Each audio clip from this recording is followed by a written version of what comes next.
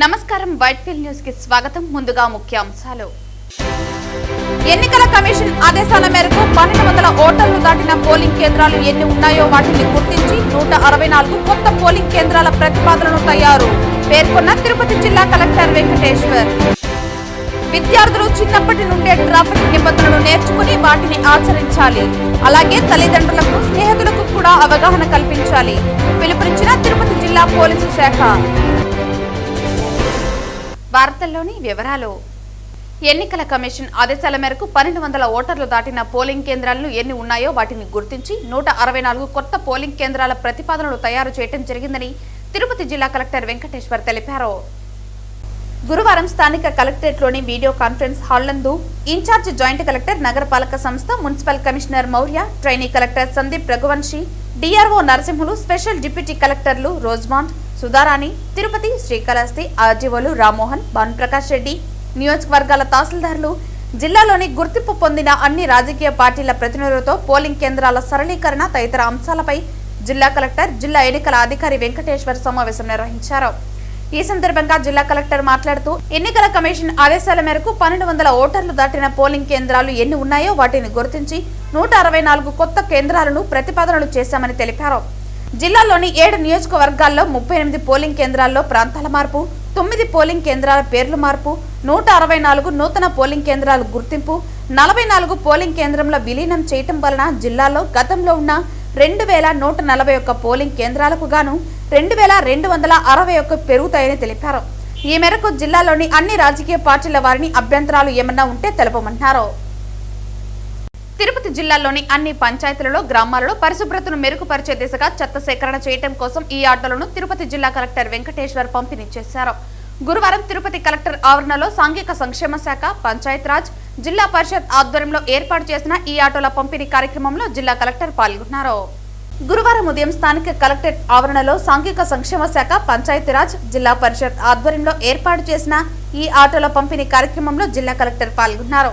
ఈ సందర్భంగా జిల్లా కలెక్టర్ మాట్లాడుతూ, ఎస్సీ గ్రామాలలో పరిశుభ్రత, శానిటేషన్ కోసం పంచాయతీలకు ఈ ఆటోలను కొనుగోలు చేసి గ్రీన్ అంబాసిడర్ల ద్వారా చెత్త సేకరణ చేయడానికి సంబంధిత పంచాయతీలకు పంపిణీ చేయడం జరిగిందని తెలిపారు. భారత ప్రభుత్వం సామాజిక న్యాయ శాఖ ఆధ్వర్యంలో అమలవుతున్న ప్రధానమంత్రి ఆదర్శ గ్రామ యోజన పథకం ద్వారా మన జిల్లాలో 221 గ్రామాలు ప్రధానమంత్రి ఆదర్శ గ్రామీణ యోజన పథకం కింద ఎంపిక కాబడ్డాయని తెలిపారు. ఎస్సీ గ్రామాలు ఇతర గ్రామాలలాగా అభివృద్ధిలో, సంక్షేమ పథకాల అమలులో ముందు ఉండేలా చేయటం ఈ పథకం యొక్క ముఖ్య ఉద్దేశమని అన్నారు. ఈ పథకం ద్వారా సెంట్రల్ గ్రాంట్ ను మంజూరు చేస్తోందని తెలిపారు. ఎస్సీ గ్రామాలలో ప్రజల ఆరోగ్యం, చదువు, తాగునీరు, skill development, sanitation, digital inclusion వంటివి ఈ పథకం అమలు చేస్తుందన్నారు. ఎస్సీ గ్రామాల్లో శానిటేషన్, పరిశుభ్రత ఉండేలా సాంఘిక సంక్షేమ శాఖ, పంచాయతీరాజ్ శాఖ ఆధ్వర్యంలో నేడు మన జిల్లాలో 20 గ్రామాలకు ఈ ఆటోలను కొనుగోలు చేసి ఆ గ్రామాలకు గ్రీన్ అంబాసిడర్ల ద్వారా చెత్త సేకరణ చేయడానికి పంపిణీ చేయడం జరిగిందని తెలిపారు. ఈ సందర్భంగా సంబంధిత అధికారులు మాట్లాడుతూ, గ్రామంలో పరిశుభ్రత మరియు పర్యావరణ పరిరక్షణ కోసం సమగ్ర చర్యలు చేపడుతున్నట్లు తెలిపారు. ఈ కార్యక్రమంలో ట్రైనీ కలెక్టర్ సందీప్ రఘువంశీ, జిల్లా పరిషత్ సీఈఓ రవినాయుడు, డిపిఓ సుశీలాదేవి, సాంఘిక సంక్షేమ శాఖ అధికారి విక్రమ్ కుమార్ రెడ్డి తదితరులు పాల్గొన్నారు. తిరుపతి జిల్లా ఎస్పీ సుబ్బరాయుడు ఆదేశాల మేరకు తిరుపతి నగర ట్రాఫిక్ పోలీసుల ఆధ్వర్యంలో ట్రాఫిక్ అవగాహన కార్యక్రమం ఈ రోజు తిరుపతి రత్నం ఇంగ్లీష్ మీడియం స్కూల్లో నిర్వహించడం జరిగింది. ఈ కార్యక్రమంలో ట్రాఫిక్ సిబ్బంది విద్యార్థులకు ట్రాఫిక్ సిగ్నల్స్ అర్థం, హెల్మెట్ ప్రాముఖ్యత, జీబ్రా లైన్ వినియోగం, రోడ్డుపై నడుస్తున్నప్పుడు పాటించాల్సిన జాగ్రత్తలు వంటి అంశాలపై వివరంగా సూచనలు అందించారు. విద్యార్థులు చిన్నప్పటి నుండే ట్రాఫిక్ నిబంధనలను నేర్చుకుని వాటిని ఆచరించాలని, అలాగే తల్లిదండ్రులకు, స్నేహితులకు కూడా అవగాహన కల్పించాలని పిలుపునిచ్చారు. ఈ సందర్భంగా జిల్లా ఎస్పీ సుబ్బరాయుడు మాట్లాడుతూ, ప్రాణం కంటే విలువైనది ఏదీ లేదని, హెల్మెట్, సీట్ బెల్ట్ వాడకం ప్రతి ఒక్కరి బాధ్యత అన్నారు. ట్రాఫిక్ నిబంధనలను పాటించడం ద్వారా ప్రమాదాలను నివారించి సురక్షితంగా ఉండవచ్చన్నారు. పిల్లల్లో చిన్న వయసులోనే ట్రాఫిక్ క్రమశిక్షణ పెంపొందితే భవిష్యత్తులో బాధ్యతాయుత పౌరులుగా ఎదుగుతారని సందేశమిచ్చారు. ఈ కార్యక్రమంలో ట్రాఫిక్ సిఐ సంజీవ్ కుమార్, సిబ్బంది, స్కూల్ టీచర్లు, విద్యార్థులు పాల్గొన్నారు. పలమనేరు నియోజకవర్గ తెలుగుదేశం పార్టీ పాలకవర్గ ప్రమాణ స్వీకార కార్యక్రమం గురువారం ఘనంగా జరిగింది. రాష్ట్ర పార్టీ ఆదేశాల మేరకు ఈ నెల 13, 14వ తేదీలలో నూతన కమిటీలను ప్రకటించాల్సిందిగా ఆదేశాలు రావడంతో ఈ కమిటీలను ప్రకటించారు. ఇప్పటికే వీకోట మండలంలో వారం క్రితం ఆ పార్టీ మండల కమిటీ ప్రమాణ స్వీకారం జరిగింది. దీంతో పలమనేరు పట్టణం మరియు మండలంతో పాటు గంగవరం, పెద్దపంజాని, బైరెడ్డిపల్లి పాకాల వర్గాల ప్రమాణ స్వీకారోత్సవం గురువారం జరిగింది. బైరెడ్డిపల్లి మండలానికి సంబంధించి అక్కడ మండల కేంద్రంలోని కళ్యాణ మండపంలో ఈ కార్యక్రమం జరగగా పలమనేరు టీడీపీ కార్యాలయంలో గంగవరం, పెద్ద పంజాని, పలమనేరు రూరల్ పాలక వర్గాల ప్రమాణ స్వీకారం చేపట్టారు. ఇక పట్టణ కమిటీ ప్రమాణ స్వీకారం స్థానిక మదనపల్లి రోడ్డులోని ఒక ప్రైవేటు ఫంక్షన్ హాల్లో జరిగింది. పలమనేరు పట్టణ తెలుగుదేశం పార్టీ అధ్యక్షులుగా ఆర్బీసీ కుట్టి, ప్రధాన కార్యదర్శిగా గిరిబాబు, ఉపాధ్యక్షులుగా రూపేష్లు తమ కార్యవర్గంతో ప్రమాణ స్వీకారం చేశారు. గంగవరం మండల పార్టీ అధ్యక్షులుగా సోమశేఖర్ గౌడ్, ప్రధాన కార్యదర్శిగా ప్రతాప్ రెడ్డి, బైరెడ్డిపల్లి మండల పార్టీ అధ్యక్షులుగా కిషోర్ గౌడ్, ప్రధాన కార్యదర్శిగా సుబ్రహ్మణ్యం శెట్టి, పలమనేరు మండల పార్టీ అధ్యక్షులుగా నాగరాజ్ రెడ్డి, ప్రధాన కార్యదర్శిగా గణేష్, పెద్ద పంచాయతీ మండల పార్టీ అధ్యక్షులుగా ఆనంద్, ప్రధాన కార్యదర్శిగా చలపతులు తమ కార్యవర్గాలతో ప్రమాణ స్వీకారం చేపట్టారు. ఈ సందర్భంగా నాయకులు, కార్యకర్తలు నూతన పాలకవర్గ సభ్యులను సన్మానించి శుభాకాంక్షలు తెలియజేశారు. మన పలమనేరులో 229 ఇంకా బూత్ స్టార్ట్ అవుతుంది. 229 బూత్ అధ్యక్షులుగా జనార్దన్ గారిని,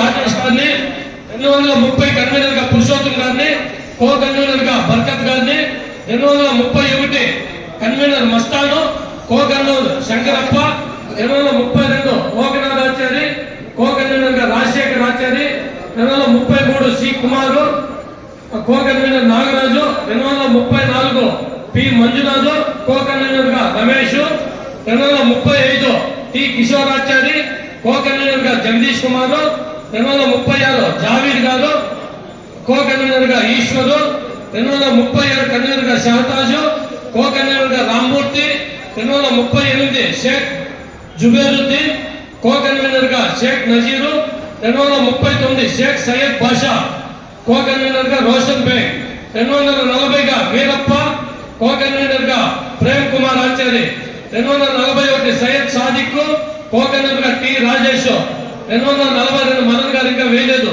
కో కన్వీనర్ గా మాత్రం చరణ్ రాజు, 243 ధనంజయ, కో కన్వీనర్ గా సెలవరాజు, 244 గా కె గురుమూర్తి, కో కన్వీనర్ గా గౌస్ మొహద్దీన్, 245 గా ఎస్ నాగయ్య, కో కన్వీనర్ గా S Gopi, 246 S Srinivasulu, co convener గా C Rajesh, 247 C M Haribabu, co convener గా Naresh, 248 S Abdul Khadar, co convener గా D Malleswari, 249 Narra Mohan, co convener గా కృష్ణమూర్తి, 250 గా ఎస్ లక్ష్మీదేవి, కో కన్వీనర్ గా Bhupendra Kumar, 251 C Surendra, co convener గా సోమశేఖర్ శెట్టి, 252 పెదరెడ్డప్ప, కో కన్వీనర్ గా సుబ్బన్న, 253 వసంత వెంకటముని, కో కన్వీనర్ గా Naveen Kumar, 254 M Murali Babu, co convener గా Madhu, 255 M Srinivasulu, co convener గా Ravi, 256 B Sailaja, co convener గా Devendra Naidu, 257 PS Krishnamurthy, co convener గా E Ganesh, 258 G Subrahmanyam, co convener గా M Chinna, 259 Syed Rasool, co convener గా Vineeth, 260 Y Kotesh Babu, co convener గా హరికృష్ణ, 261 శివకుమార్ శెట్టి, కో కన్వీనర్ గా మొహమ్మద్ సాదిక్, 262 కన్వీనర్ గా ఎండి జహీర్, కో కన్వీనర్ గా Mahaboob Basha, 263 S Jilani, co convener గా సయ్యద్ అహ్మద్, 264 ఆరిఫ్ షేక్, కో కన్వీనర్ గా Rafiq, 265 P Ganesh, co convener గా చంద్రకుమార్, 267 సుబ్బయ్య, కో కన్వీనర్ గా Balaji, 267 Y Sridhar Naidu, co convener గా Rajinikanth, 268 P Sudhakar, co convener గా G Raja, 269 M Anil Kumar, co convener గా టి సురేష్. వీళ్ళంతా బూత్ కన్వీనర్లు, కో కన్వీనర్లు. నాకు ఇచ్చిన పదవిలో గతంలోనే ఒక మాట చెప్పాను, పలమనేరులోనే తిరగరాసే మాట.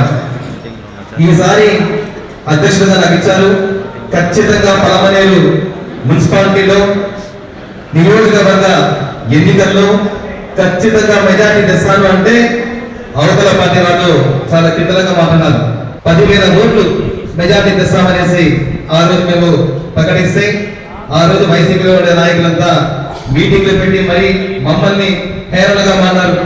ఎప్పుడైనా చరిత్రలో తెలుగుదేశం పార్టీ పలమనేరు మున్సిపాలిటీలో మెజార్టీ వచ్చిందా, అసలు జరిగేదా ఇది అనేసి కూడా ఆ రోజు ఆ వైసీపీ వాళ్ళు చెప్పడం జరిగింది.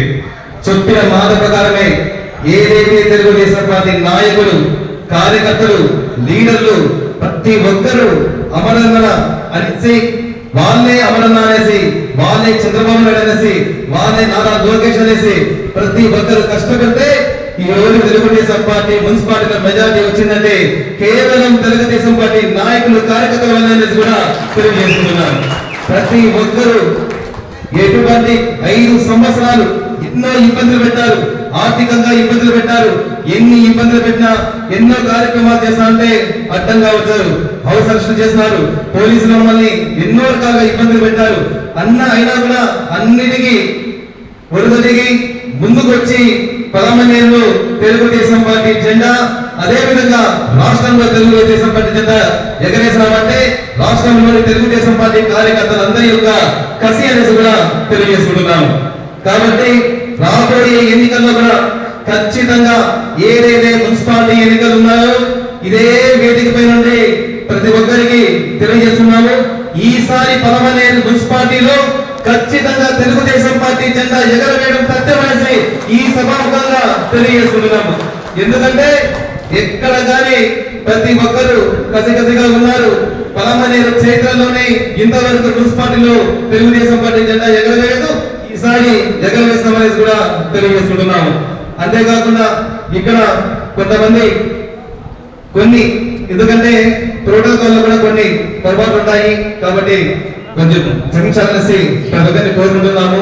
ఎందుకంటే మనం అందరము తెలుగుదేశం పార్టీ, మన జెండా తెలుగుదేశం జెండా కింద ఉండే వాళ్ళమే, డయాస్ పైన ఉండే వాళ్ళు కాదు, డయాస్ ముందున్న వాళ్ళు ప్రతి ఒక్కరు మనమంతా ఒక్కటే అనేసి కూడా ఈ సభాముఖంగా తెలియజేసుకుంటున్నాను.